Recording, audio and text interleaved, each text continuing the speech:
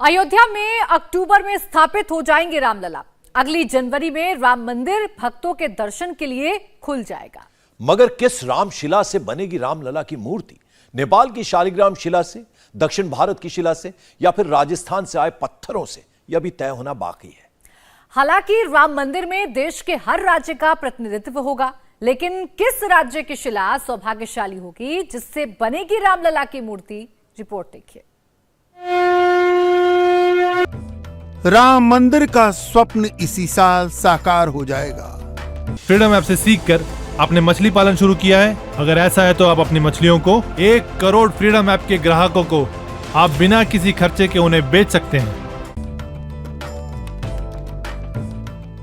रामलला इसी साल गर्भगृह में स्थापित हो जाएंगे। राम भक्तों की सदियों पुरानी आकांक्षा पूरी हो जाएगी।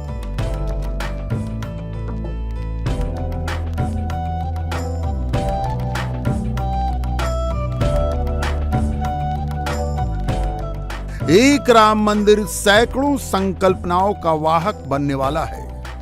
सबसे बड़ी बात, राम मंदिर पूरे भारत को जोड़ रहा है, पूरे विश्व में फैले सनातन हिंदू समाज को जोड़ रहा है।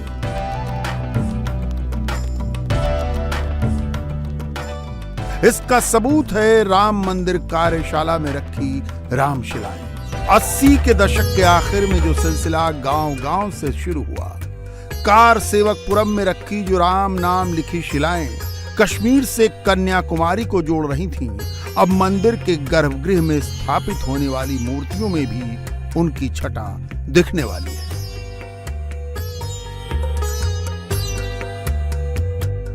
इसका सिलसिला शुरू हुआ हिंदू बहुल राष्ट्र नेपाल से आई रामशिलाओं से। नेपाल की काली गंडकी नदी से लाए गए शालिग्राम पत्थरों से। इन पत्थरों को भगवान विष्णु का रूप माना जाता है और भगवान राम विष्णु के रूप हैं।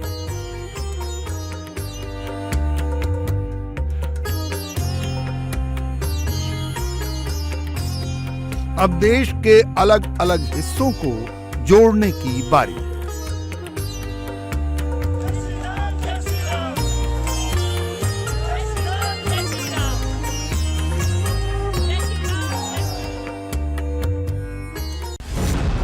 अयोध्या में भगवान रामलला के मंदिर का प्रथम तल अक्टूबर 2023 में बनकर तैयार हो जाएगा। मगर राम भक्तों के लिए भगवान रामलला का मंदिर जनवरी 2024 तक ही खोला जा पाएगा। राम भक्त 2024 की मकर संक्रांति से विधिवत भगवान रामलला के दर्शन पूजन कर सकेंगे।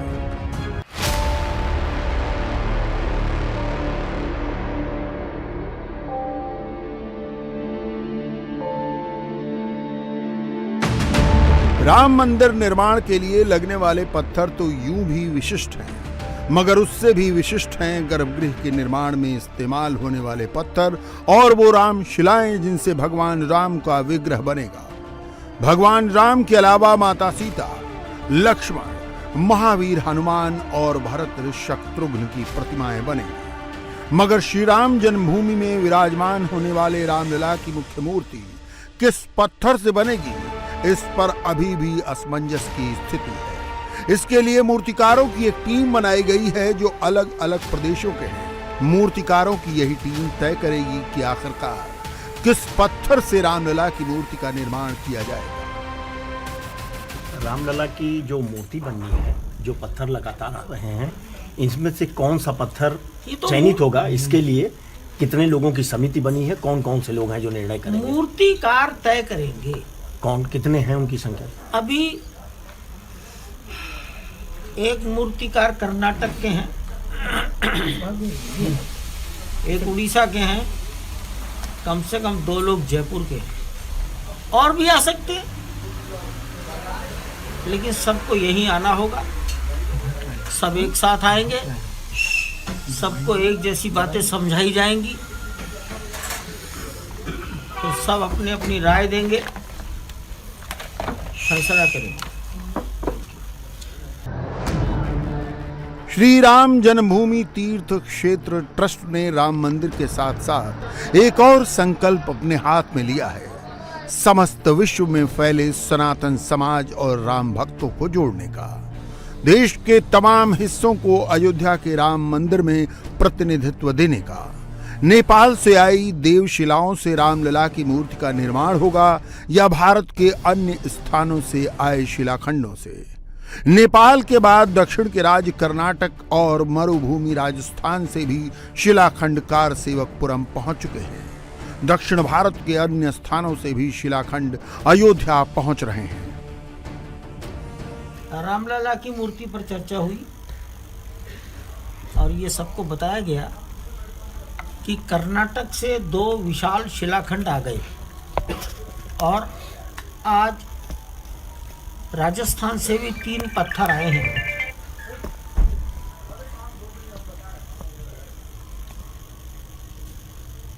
संभवतः आने वाले 2 दिन में राजस्थान से 1 शिलाखंड और आ जाएगा।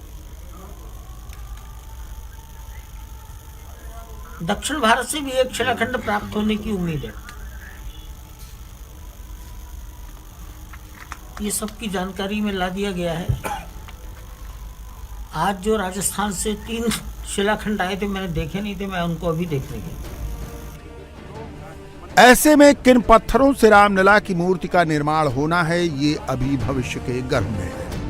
ये पूरे सोच विचार के बाद ही तय किया जाएगा। मगर सबसे अहम है भारत के दक्षिणी राज्यों से शिलाओं का अयोध्या आगमन।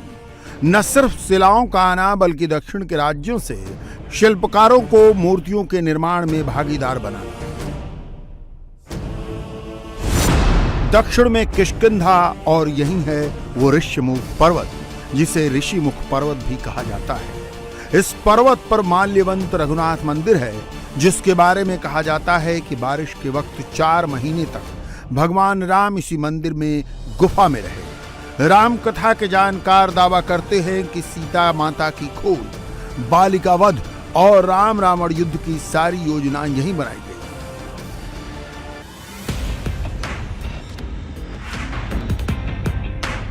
ये उन दुर्लभ मंदिरों में से है जहां भगवान राम और लक्ष्मण के हाथों में धनुष बाण नहीं है। भगवान राम योग मुद्रा में हैं, जबकि लक्ष्मण हाथ जोड़कर खड़े हैं। बताया जाता है कि यही वो स्थान है जहां हनुमान ने सीता की खोज के बाद निशानी के तौर पर उनकी चूड़ामणि राम को लाकर दिखाई थी। अब हम्पी की शक्ल में विश्व धरोहर बन चुके किष्किंधा में कई ऐसे साक्ष्य मौजूद हैं जो रामायण काल से इस जगह का काफी गहरा नाता स्थापित करते हैं। मगर कर्नाटक का किष्किंधा ही नहीं, आंध्र प्रदेश के अनंतपुर में लेपाक्षी वो जगह है जहां रावण के वार से घायल होने के बाद पक्षीराज जटायु गिर गए थे। जटायु ने भगवान राम के आने तक उनकी वहीं प्रतीक्षा की थी। जटायु को एक आदर्श राम भक्त माना जाता है।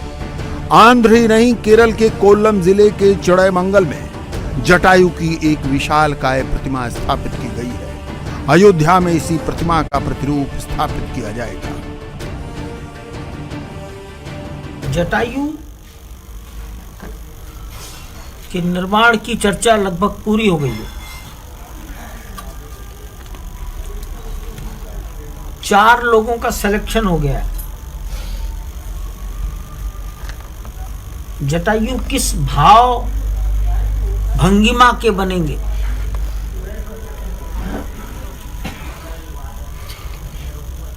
ब्रॉन्ज लगेगा तो कितना किलो ब्रॉन्ज इस्तेमाल होगा, कितने समय में बनेगा,